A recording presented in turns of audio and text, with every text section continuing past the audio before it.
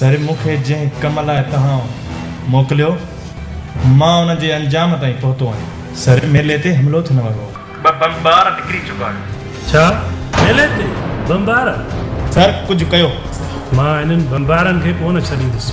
सर ईअं न थिए जो बेगुनाह मासूम जानियूं मरी न पवनि। सर हिमत कयो, मां बिल्लूअ खे बि नज़र में रखियो थो अचां। ठीकु आहे, ठीकु। ओके सर। तूं हिते भी त मां जांच लई जा पोइ हलूं था। जा सभु मां हिते बीठो आहियां, पूरी जांच लई जी। ॾिसां त का सिक्योरिटी सख़्त त न आहे।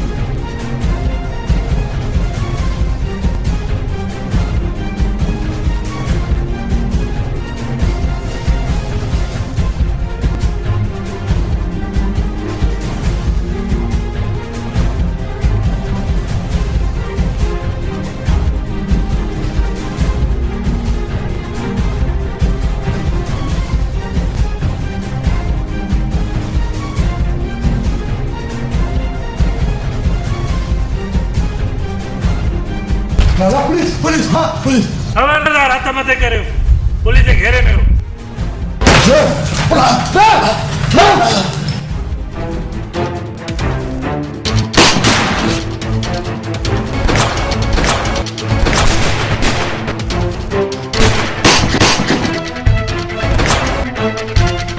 इंस्पेक्टर तू मुझे साथी मारिया अरे मां तुझो बच्चों बच्चों मारे चली दोस्त